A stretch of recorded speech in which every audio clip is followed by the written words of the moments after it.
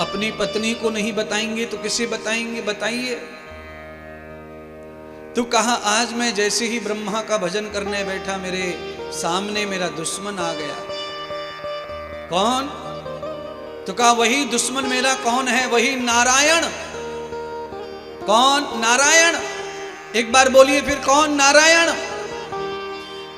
भगवान सुखदेव कहते हैं, राजा परीक्षित, ये भगवान के झूठे भोजन का प्रभाव है कि दुष्ट के मुख से भगवान का नाम निकलने लगा।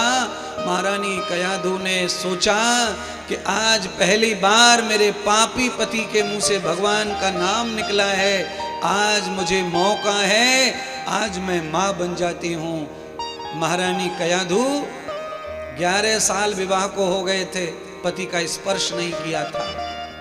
ये जिद कर ली थी, जब तक मेरा पति भगवान का शुभ चिंतक नहीं होगा तब तक मैं उसके बच्चे की मां नहीं बनूंगी, राक्षसों को जन्म नहीं दूंगी, मैं हरि भक्त को जन्म दूंगी।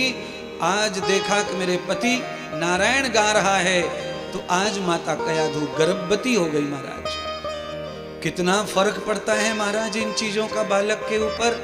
100% फर्क पड़ता है, 100%।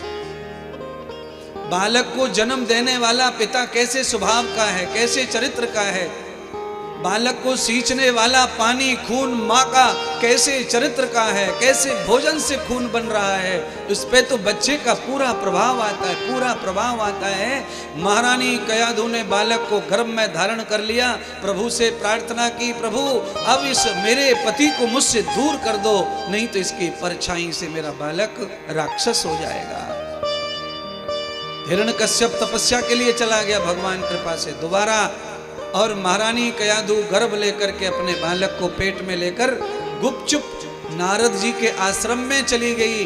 नारद के पास दीक्षा ग्रहण की और गर्भ के बच्चे को दीक्षा दिलवाई, और वहां मंत्र जपने लगी, यज्ञ करने लगी, नारद के प्रवचन सुनने लगी। 7 महीने सुना लगातार प्रवचन, कथा, यज्ञ। लौट कर आई, बालक को जन्म दिया। परमपिता परमात्मा का भक्त प्रहलाद पैदा हुआ। बोलो भक्त वत्सल्य भगवान की जय हो।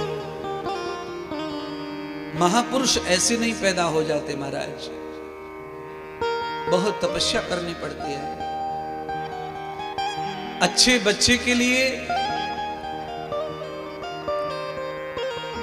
अच्छे कुल खानदान, अच्छे डीएनए के लिए माता पिता को खुद अच्छा बनना पड़ेगा। बंधुओं, जिस मिट्टी में कंकड़ पत्थर होते हैं उसकी ईंट तक अच्छी नहीं बनती है। जिस मिट्टी में कंकड़ पत्थर तिनके होते हैं उसका गढ़ा मटका अच्छा नहीं बनता है। जिन माता पिता में व्यसन और दोष हैं उनकी औलाद अच्छी नहीं बन सकती। आशा मत करो कि तुम्हारे पांव दबाएंगे बच्चे, आशा मत करो कि तुम्हारा सम्मान प्रतिष्ठा बढ़ाएंगे बच्चे, आशा मत करो कि तुम्हें आंसू भर भर के नहीं रुलाएंगे बच्चे।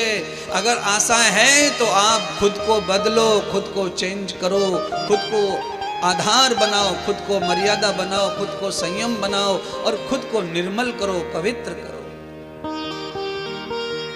ये तो क्लियर है बिल्कुल। आटे में थोड़ा पानी ज्यादा हो जाए या कम हो जाए तो रोटी पूड़ी पराठे अच्छे बनते नहीं है। उसके लिए भी संभाव चाहिए। पूड़ी का आटा अलग, समोसे का अलग, रोटी का अलग, चीला अलग, मालपुआ अलग, सबका आटा अलग अलग लगता है। पानी वही और आटा वही, बनाने वाला वही, पर सबके लिए अलग अलग योग्यता चाहिए। अगर आपने पूड़ी का आटा बनाया है तो उससे चीला बनने वाला नहीं है, और जो चीले का आटा घोल लिया है मालपुआ के लिए उससे समोसा बनने वाला नहीं है। हाँ, उसी आटे से समोसा बन सकता है, वो मालपुआ के आटे से समोसा बन सकता है, पर उसमें दे आटा दे आटा दे आटा दे आटा दे आटा करके उसे आपको उस तरह बनाना पड़ेगा जिससे समोसा बन जाए। समोसे के आटे में, समोसे की रोटी में मॉइस्चर कम होना, पानी कम होना, बस हो गया काम मेरा। मैं समोसा कचौड़ी और चीला और मालपुआ बना करके आपकी औलाद को बनाना सिखा रहा हूं, आप समझो तो सही। मैं उदाहरण चीला और पराठे का दे रहा हूं, पर मैं चाहता हूं कि आपके घर में कोई कृष्ण आ जाए, आपके घर में कोई प्रहलाद आ जाए, आपके घर में कोई ध्रुव आ जाए, आपके घर में कोई प्रद्युम्न आ जाए। मैं ये चाहता हूं। मेरे पास जो दिन भर लाइन लगी है रोने की, मैं उस रोने को पहुंचना चाहता हूं, आंसुओं को।